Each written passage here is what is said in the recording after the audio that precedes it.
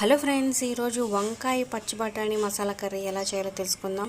చాలా సూపర్ టేస్టీగా ఉంటుంది. పెళ్ళిళ్ళలో ఏదైనా ఫంక్షన్స్ ఉన్నప్పుడు స్పెషల్గా చేస్తారు కదా ఈ కర్రీ. సబ్స్క్రైబ్ చేసుకొని పక్కనే ఉన్న బెల్ ఐకాన్ ప్రెస్ చేసి ఆల్ అనే నోటిఫికేషన్స్పై క్లిక్ చేయండి. అలాగే లైక్ చేయడం మర్చిపోవద్దు, ఎంకరేజ్ చేయండి, మీ ఫ్రెండ్స్కి షేర్ చేయండి. ముందుగా కావాల్సిన పదార్థాలని కట్ చేసి పెట్టుకోండి. ప్యాన్లో ఆయిల్ హీట్ చేసి జీలకర్ర వేసుకొని చక్కగా వేగిన తర్వాత సన్నగా తరుక్కున్న ఉల్లిపాయలు పచ్చిమిర్చి వేసి వేగనివ్వండి. కొంచెం గోల్డెన్ బ్రౌన్ కలర్ వచ్చేలాగా కొంచెం పసుపు ఉప్పు వేసుకుంటే మెత్తగా మగ్గుతుంది. ఇప్పుడు కొంచెం కరివేపాకు వేసుకొని వేగనివ్వండి.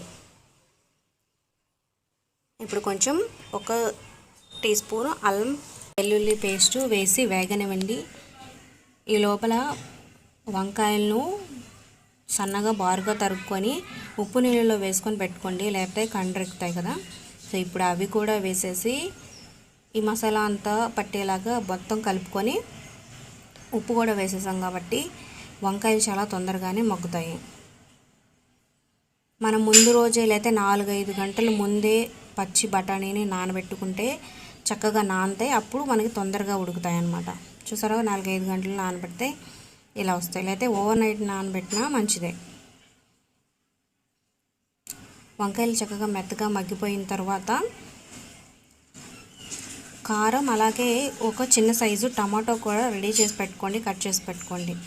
ఇప్పుడు పచ్చి బఠానీ కూడా వేసేసి అంతా కలపండి. చక్కగా మూత పెట్టి కొంచెంసేపు మగ్గనివ్వండి. కట్ చేసుకున్న టమాటా ముక్కను కూడా ఇప్పుడు వేసేసుకొని మూత పెడితే చక్కగా దగ్గరగా మగ్గిపోతుంది. ఇప్పుడు కొంచెం వాటర్ కూడా పోసుకోండి. వాటర్ కూడా పోసుకుంటే కొంచెం గుజ్జులాగా వస్తుంది. పోసుకున్నాక మొత్తం ఎగిరిపోయేంత వరకు ఉంచి అప్పుడు స్టవ్ ఆఫ్ చేయాలన్నమాట. కొంచెమే పోసుకోవాలి, మరి ఎక్కువ వాటర్ పోసుకోవద్దు, లైట్గా గుజ్జుగా రావడానికి. దీంట్లో ఇంకా గరం మసాలా పౌడర్ వేసుకోవాల్సిన అవసరం లేదు.